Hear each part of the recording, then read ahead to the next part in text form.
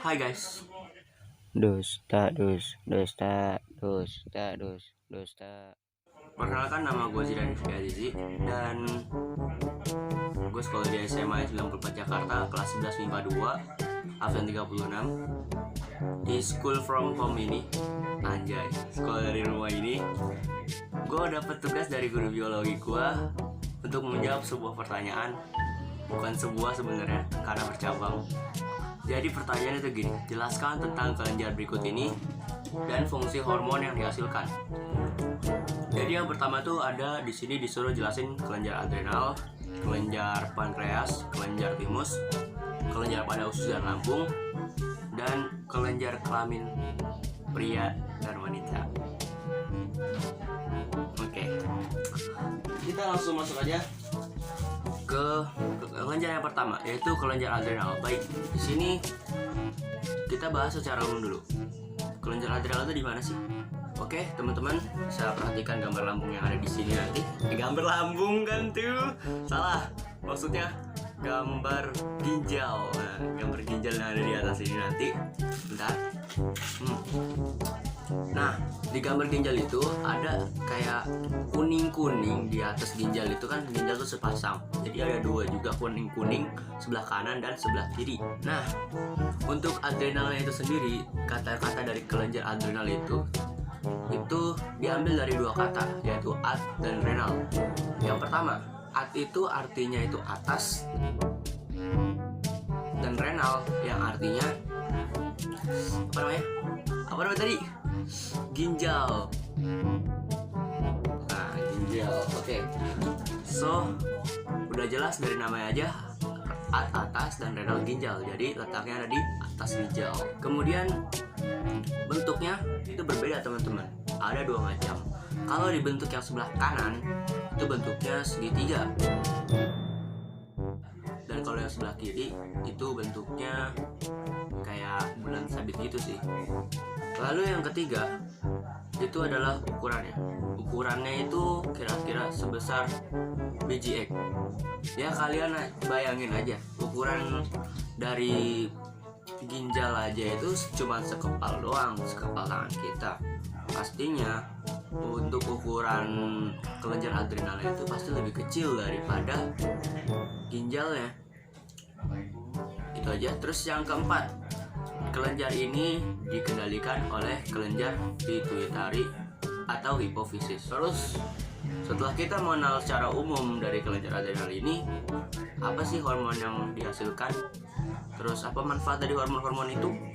Yang pertama, hormon yang dihasilkan adalah hormon kortisol. Hormon kortisol. Oke. Hormon kortisol ini bisa disebut juga sebagai hormon stres. Jadi maksudnya hormon inilah yang mengendalikan reaksi kita terhadap stres. Hormon ini selain mengendalikan stres juga berperan dalam metabolisme tubuh, mengatur gula darah dan tekanan darah. Kemudian yang kedua di sini juga ada namanya hormon aldosteron. Hormon aldosteron ini adalah hormon yang mengendalikan tekanan darah. Kemudian selain hormon aldosteron dan hormon kortisol, ada lagi yang namanya hormon noradrenalin. Nah ya, hormon noradrenalin ini susah amat sih, ya Allah. Ini mempengaruhi cara otak untuk merespon sebuah peristiwa. Nah, dalam merespon ini, hormon noradrenalin ini bekerja sama dengan hormon yang terakhir, yaitu hormon adrenalin. Sebenarnya gampang ingatnya, karena kelenjar adrenal itu kalau kalian sadar bisa deket kata-katanya dengan kata adrenalin. Adrenalin pasti hubungan dengan adrenalin. Jadi hormon yang keempat tadi adalah hormon adrenalin.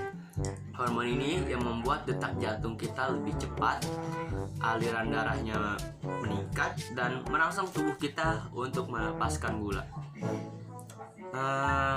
Sebagai contoh kayaknya ya, mungkin ketika kita lagi di sebuah ruangan yang dingin, kita bisa bolak-balik ke WC karena kebelet pipis. Dan saat kita di tempat yang panas, kita minum air terus-terusan. Ya nggak sih? Ya intinya gitulah.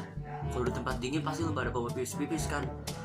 Lanjut ke kelenjar pankreas. Nah, di sini apaan? Hah? Ah, elah. Jasanya mana? Nih, ambil. Badan aku tipis. Bawa dua-duanya nih. Jason mas mana? Kalau dibawa. Nggak bawa. Kan udah mulai.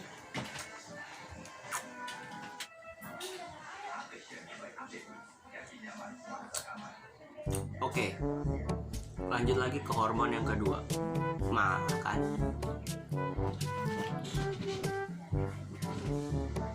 Oke, lanjut lagi ke hormon. Oke. Lanjut lagi ke kelenjar yang selanjutnya. Kelenjar yang kedua namanya kelenjar pankreas. Di sini gue mau ambil dari situs dosenbiologi.com. Secara umum itu yang dimaksud kelenjar pankreas itu adalah sekelompok sel yang terletak pada pankreas yang dikenal dengan pulau-pulau Langerhans. Nah, terus apa sih yang dihasilkan oleh kelenjar pankreas ini? Apa sih hormon yang dihasilkannya ya lebih tepatnya? Ya, jadi di dalam kelenjar pankreas ini menghasilkan dua hormon, yaitu hormon insulin dan glukagon. Nah, sebenarnya hormon sel ini adalah berfungsi untuk mengatur kadar glukosa dalam darah.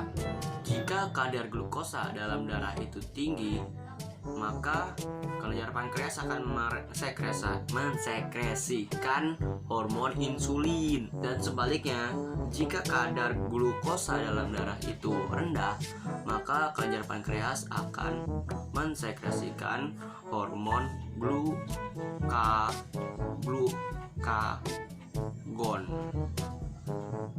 Ya. Oke, next yang ketiga namanya itu kelenjar timus. Nah, kelenjar timus ini letaknya ada di bagian dada. Terus terhubung dengan sistem peredaran darah yaitu arteri dan vena. Kemudian terhubung juga dengan saluran limfatik. Nah guys, kelenjar timus ini itu menghasilkan hormon timosin yang berfungsi sebagai fasilitator atau yang memfasilitasi pematangan sel T limfosit. Nah, itulah kenapa kelenjar timus ini tadi memiliki hubungan dengan saluran limfatik. Jadi, apakah kelenjar timus ini kaya akan sel T? Iya benar. Ternyata sel T kaya di kelenjar timus. Apa sih fungsi sel T limfosit? Nah, itu sebenarnya ada di bab tentang imunitas tubuh ya guys ya. Oke, next. Kemudian yang keempat. Yang keempat adalah kelenjar pada usus dan jantung. Nah, ini saya mengambil dari beberapa video di YouTube. Nanti saya akan kasih tahu di sini. Kemudian kalau diperhatikan, keduanya masuk ke dalam sistem pencernaan ya. Jadi kelenjar pada usus itu yang saya lihat di YouTube itu ada pada usus halus. Itu terdapat yang namanya hormon sekreti dan kolesistokinin. Susah banget ya. Oke, hormon sekreti ini fungsinya itu sebagai merangsang getah pankreas, dan hormon kolestokinin itu adalah fungsinya untuk merangsang empedu. Merangsang ya, kayaknya bahasa merangsang terus. Nah, maksudnya jadi getah empedu itu yang dihasilkan hati itu nanti bakalan dirangsang gitu loh. Kalau hormon pada lambung itu ada namanya hormon gastrin. Hormon gastrin ini fungsinya adalah untuk merangsang getah lambung, dan intinya adalah untuk mengatur pencernaannya. Dan ya, kelenjar yang terakhir, kelenjar yang kelima adalah kelenjar kelamin wanita dan kelamin pria. Oke, lanjut. Jadi keduanya pasti berbeda ya, karena sudah berbeda jenis. Kalau kelenjar pada kelamin pria itu namanya testis, dan kalau kelenjar kelamin pada wanita itu namanya ovarium ya guys. Jadi keduanya merupakan sebuah alat reproduksi, maka hormon dihasilkan juga adalah hormon reproduksi. Kita bahas yang pertama dulu. yaitu kelenjar kelamin pria atau testis. Nah, adapun testis apa sih? Adapun testis adalah dua buah gundu yang gundul yang dilindungi oleh skrotum. Nah, ya tau lah ya. Terus apa hormon dihasilkan oleh testis ini? Hormon dihasilkan testis ini namanya testosteron. Nah, testosteron ini fungsinya adalah hormon pemberi sifat kecowokannya atau kejantanan atau kepriaannya. Apa contohnya? Dia memberikan ciri sekunder bagi pria, yaitu kayak suara membesar, jakun timbul, tumbuh kumis, tumbuh janggut, tumbuh bulu-bulu manja. Oke, lanjut. Kemudian kita lanjut bahas ke kelenjar kelamin pada wanita, yaitu ovarium. Kita sebelum bahas hormonnya kayaknya letaknya dulu ya guys ya. Ovarium ini letaknya ada dua ya, sebelah kanan dan sebelah kiri ya. Ini gambarnya nanti bakal gua kasih. Nah, jadi yang ditunjuk itu, nah udah nggak usah ditunjuk lah ya, itu kan udah panahnya tulisannya ovarium. Nah, itulah yang namanya ovarium ya guys ya. Nah, pada ovarium ini hormon yang dihasilkan itu ada namanya hormon androgen. Hormon androgen ini adalah sebagai prekursor hormon estrogen. Nah, udah dijelasin kan, jadi ada dua hormon tuh secara tidak langsung, yaitu hormon androgen dan hormon estrogen. Estrogen. Hormon estrogen sendiri itu adalah fungsinya untuk ulang guys.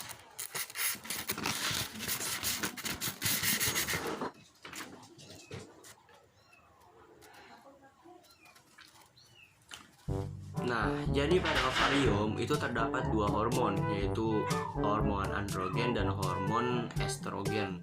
Hormon androgen adalah sebagai prekursor hormon estrogen, dan hormon estrogen itu sendiri merupakan berfungsi untuk menstimulasi penebalan endotrium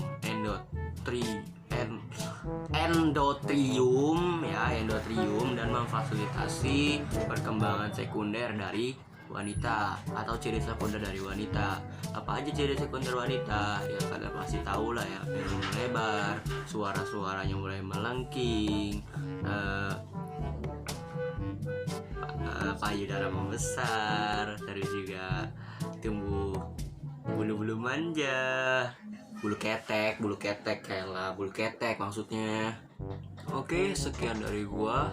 Mohon maaf bila ada kata-kata yang belibet atau maksudnya kurang jelas, atau mungkin ada kesalahan gua dalam menyampaikan sebuah materinya tentang apa ini, kelenjar-kelenjar. Ya, karena gua masih siswa, gue masih harus lebih banyak belajar, dan gue bukan orang yang pintar untuk menyimpulkan sesuatu. Jadi ya itu aja lah.